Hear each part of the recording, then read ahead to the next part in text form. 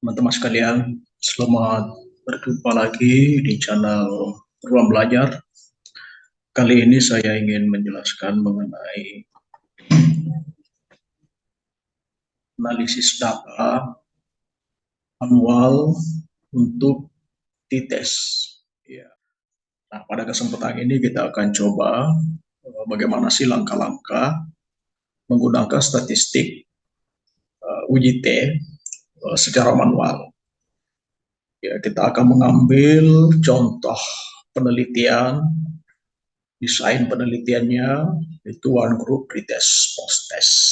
Ya, ya sebenarnya manualnya juga ini semi manual ya, karena nanti kita akan tetap menggunakan Excel untuk membantu mendapatkan beberapa satuan data yang kita butuhkan untuk kita masukkan ke dalam rumus. Ya, baik. Nah, ini contoh penelitiannya adalah peneliti dengan judul pengaruh konseling kelompok dengan teknik kontrak perilaku terhadap kedisiplinan siswa di SMA X. Ya. Nah, pertanyaan yang ingin dijawab adalah adakah pengaruh pemberian konseling kelompok dengan teknik kontrak perilaku terhadap peningkatan kedisiplinan siswa SMA. Lalu hipotesis teorinya, Pemberian konseling kelompok dengan teknik kontrak perilaku memiliki pengaruh terhadap peningkatan kedisiplinan siswa di SMA X. Nah, seperti itu ya. Kita ngambil contoh kasusnya biar kita lebih bisa menggunakan langkah-langkahnya hingga menyimpulkan hasil penelitiannya. Kita menggunakan penelitian pretest post test. Ya, jadi ada pretestnya, ada post testnya, ada perlakuannya ya. Sehingga dalam uji statistiknya kita nanti akan menguji perbedaan antara skor pretest dan skor post test. Adakah perubahan skor dari subjek setelah diberikan intervensi? Ya. Nah, kita akan menggunakan data hipotetik ini. Ya, jadi subjeknya 15 orang dengan skala interval, lalu kemudian ada skor pretest, ada skor post test dari 15 orang ini. Ini nanti akan kita coba bagaimana mengujinya secara manual. Kalau menggunakan Excel, menggunakan SPSS itu sudah ada video yang sudah saya buat untuk bisa memandu teman-teman mahasiswa bagaimana melakukan uji hipotesis untuk desain eksperimen pretest post-test one group ini. Nah, hipotesis statistiknya bagaimana? Tadi disebutkan hipotesis teorinya adalah pemberian konseling kelompok dengan teknik kontrak perilaku berpengaruh atau memiliki pengaruh terhadap peningkatan disiplin belajar siswa SMA.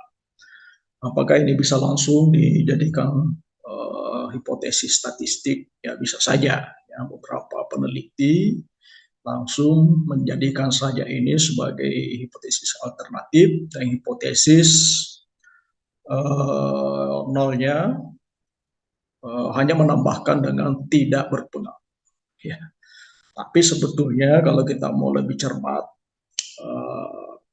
karena pengaruh ini akan kita lihat menggunakan uji beda, yaitu membedakan nilai pretest post test pada desain eksperimen. Maka kalau kita menggunakan t-test, seharusnya uji hipotesis nolnya adalah tidak ada perbedaan nilai kedisiplinan belajar siswa sebelum dan setelah diberikan teknik kontrak perilaku. Hipotesis alternatifnya ada perbedaan nilai kedisiplinan siswa sebelum dan setelah diberikan teknik kontrak perilaku. Ya, nah ini yang kita mau uji dan kita nanti akan menggunakan kriteria pengujian. Biasanya kalau kita menggunakan kriteria berdasarkan kriteria probabilitas, khususnya biasanya kalau kita menggunakan SPSS, kita akan menggunakan kriteria tolak hipotesis nol jika nilai signifikansi yang dihasilkan dari analisis kita dari SPSS ataupun dari Excel itu sama dengan atau lebih kecil dari alfa 0,05. Tapi kalau kita menghitung manual, biasanya nilai signifikansi nilai probability itu tidak tersedia sehingga kita akan menggunakan kriteria konvensional, yaitu menggunakan T-table. Jadi kriterianya menjadi tolak hipotesis nol jika T hitungnya sama dengan atau lebih besar dari T-table pada alfa 0,05. Nah, ini akan kita gunakan nanti sebagai kriteria untuk menguji, dan kita nanti akan coba bagaimana sih menggunakan T-table ya untuk menguji hipotesis kita. Ini ada dua rumus ya yang kita akan coba nanti. Ini ada beberapa rumus sebetulnya, tapi saya mencoba mengambil rumus yang agak lebih sederhana dan mudah kita hitung ya. Ya, kita cari yang sederhana saja. Ini saya ambil dari internet ya, dari Provisial. Ya, ini dia gunakan rumus ini, T hitung dengan bla bla ya. Min D itu difference ya, perbedaan. Lalu dibagi akar dari sigma D pangkat 2 bagi lagi N kali N kurang 1. Jadi ini akan kita cari nanti melalui Excel. Nah, rumus kedua yang lebih simpel. Ini saya dapatkan dari statologi yang banyak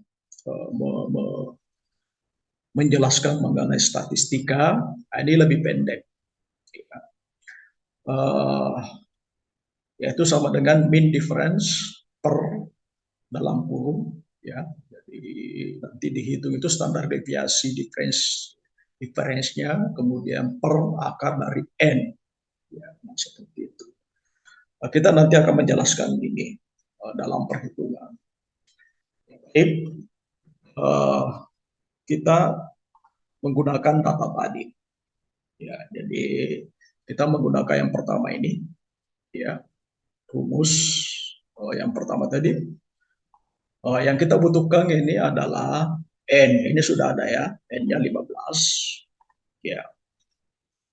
Kemudian ini mean difference. Nah, ini difference. Nanti kita cari mean-nya. Ya, lalu akar dari pangkat 2. Nah, ini yang akan kita, supaya kita bisa menemukan angka-angka, satu angka untuk kita hitung, kita butuh yang namanya tabel kerja. Nah, di sini tabel kerja ini ada 6 kolom ya.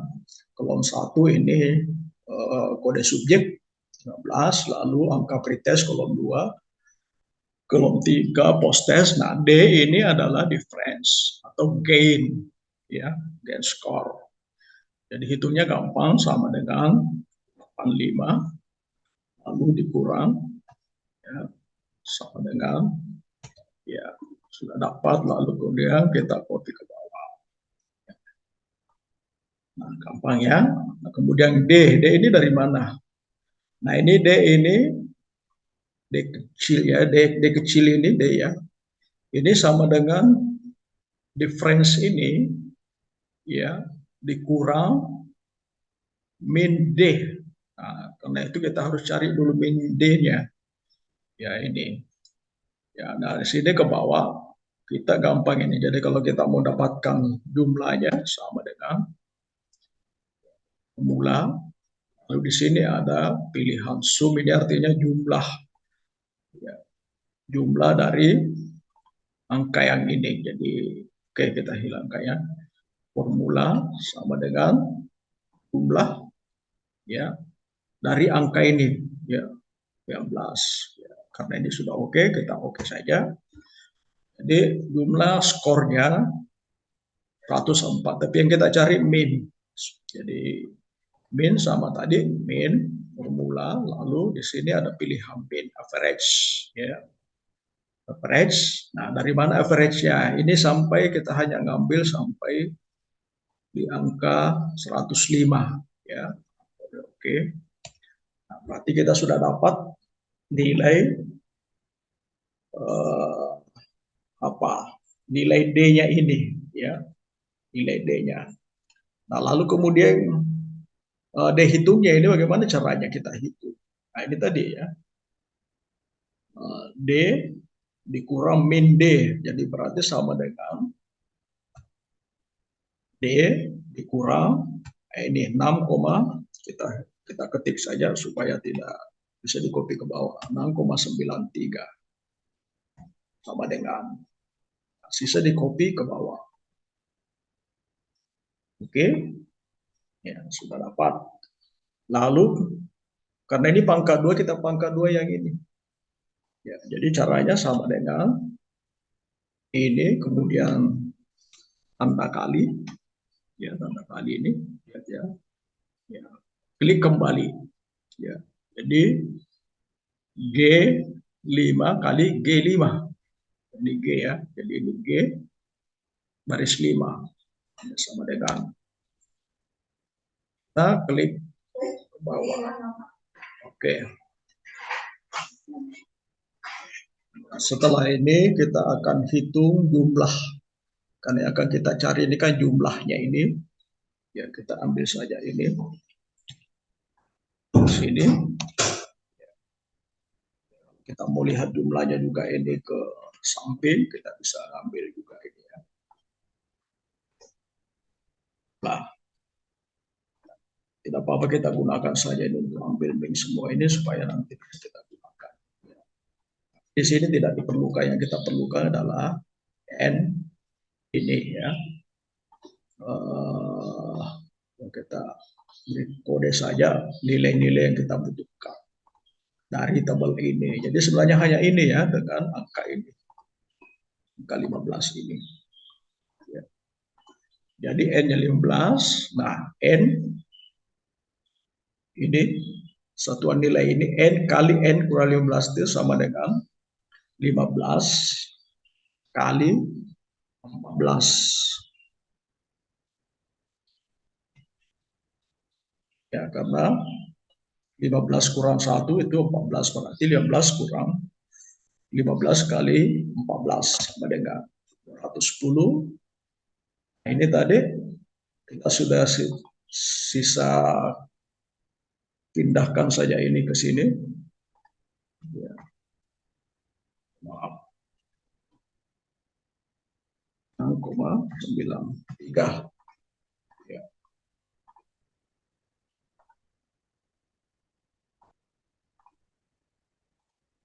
Sigma E pangkat 2 ini 94.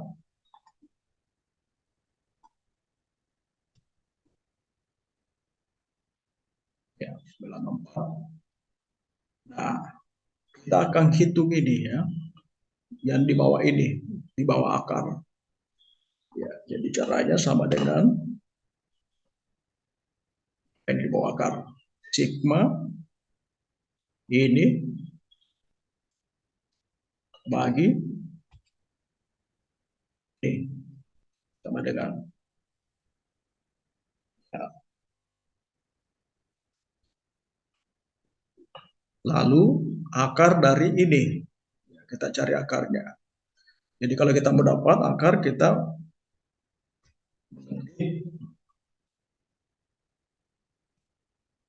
ini SQRT ya, jadi akan muncul ini. Ya, lalu kemudian nanti diklik saja dari mana? Ya, dari angka ini. Oke. Jadi kita sudah dapatkan 6,72. Nah, sisa yang dibagi berarti T hitung kita sama dengan nilai min yang ini tadi ya, bagi ini sama dengan plus 10,3 ya. Nah, inilah yang hitungan kita. Jadi saya sudah tulis di sini tadi 10,3 hasil perhitungannya. Ya, lalu bagaimana menguji? Ini adalah namanya T-hitung. Ya, kriteria kita tadi kan akan menggunakan T-tabel. Teman-teman sekalian, Anda bisa menggunakan nanti T-tabel. Ya, jadi di di internet itu tersedia banyak. Ya, seperti ini T-tabelnya. Ya, jadi dalam T-tabel ini di bagian atas itu ada bagian probability namanya ya. Jadi ini taraf signifikansi yang akan kita gunakan. Ada dua macam, bagian atasnya ini kalau kita menggunakan uji satu pihak, uji satu ekor. Jadi bagian duanya ini uji dua ekor. Jadi uji kiri kanan. Jadi kalau kita mengatakan ada perbedaan, tidak ada perbedaan, itu namanya kita menggunakan uji dua ekor. Ya. Lalu derajat kebebasan yang dicari itu sama dengan N kurang 1.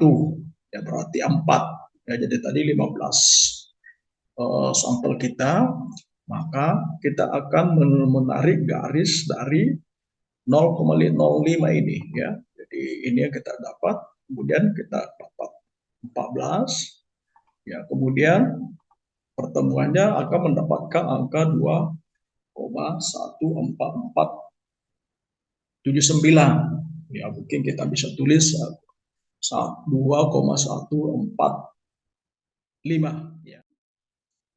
Nah, setelah itu kita akan membandingkan dengan T tabel. Ya, kita menerjemahkan seperti ini ya. Karena kita mendapatkan tadi dari daftar distribusi T pada taraf signifikansi 5% dengan derajat kebebasan 15 kurang 1, kita memperoleh nilai T tabel sebesar 2,145. Nah, dengan demikian nilai hitung yang didapatkan 10,31 itu lebih besar dari nilai tabel 1,76 sehingga H0 ditolak dan H1 diterima.